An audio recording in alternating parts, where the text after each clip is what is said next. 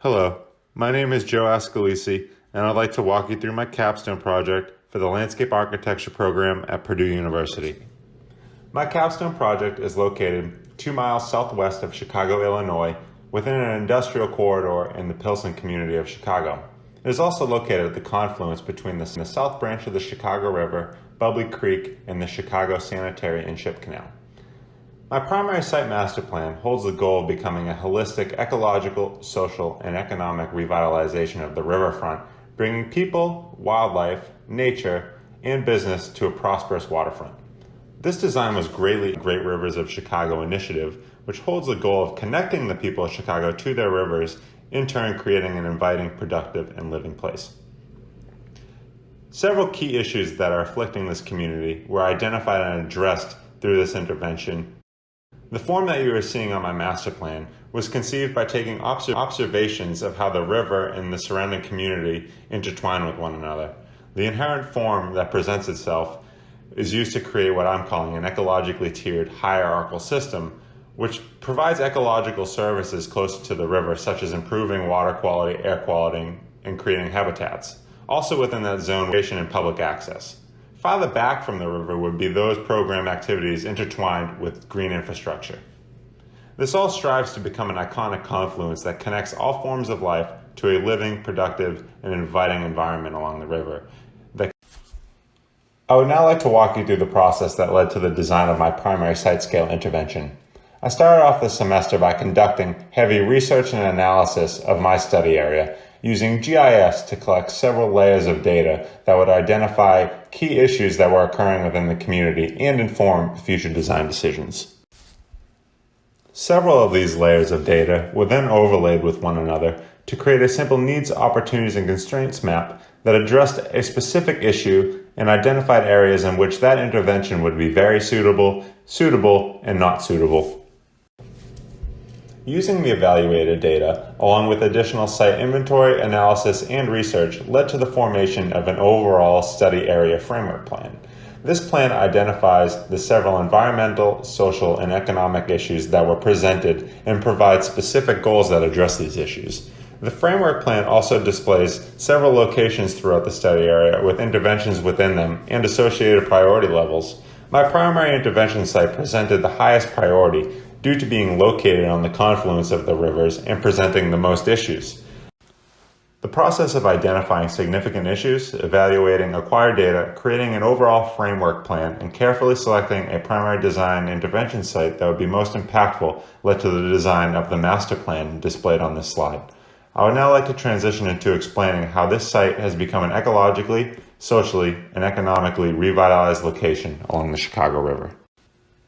There are major environmental and ecological issues that are detrimental to this area, such as inactive recreational areas, poor water quality, polluted air, and loss of wildlife habitats.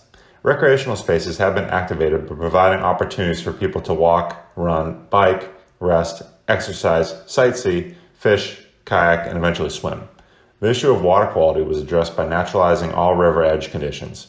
Allowing water to flow into the site, along with incorporating runoff and water quality practices, will purify the water and promote habitat.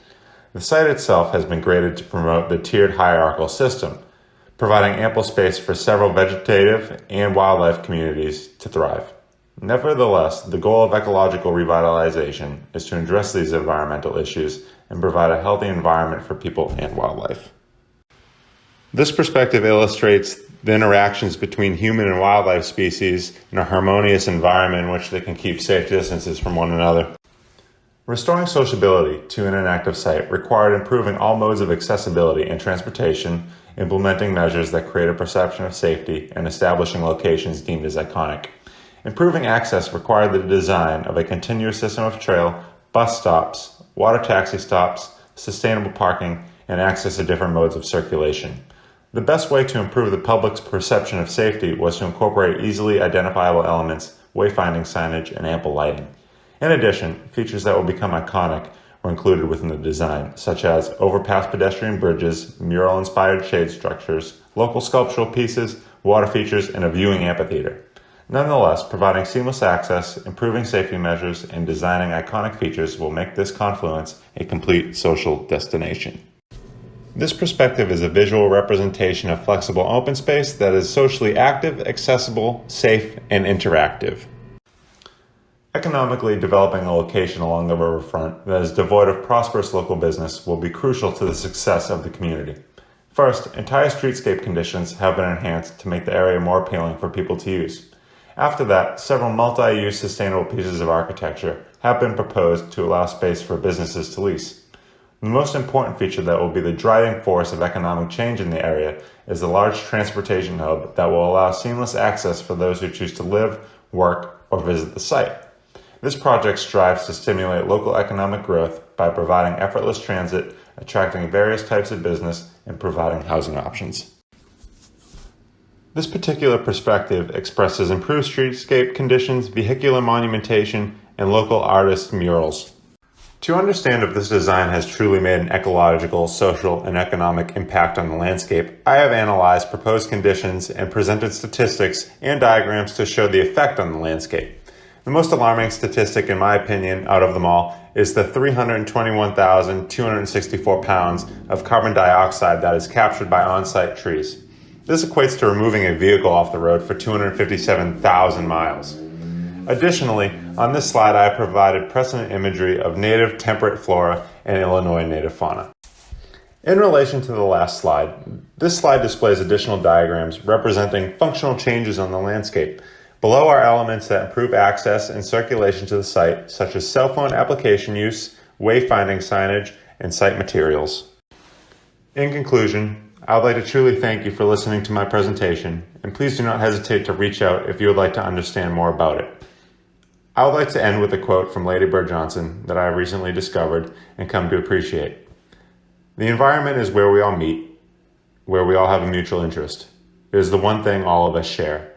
It is not only a mirror of ourselves, but a focusing lens on what we can become." And this is what I believe wholeheartedly this project site along the Chicago River can become, a place for people to share. Thank you.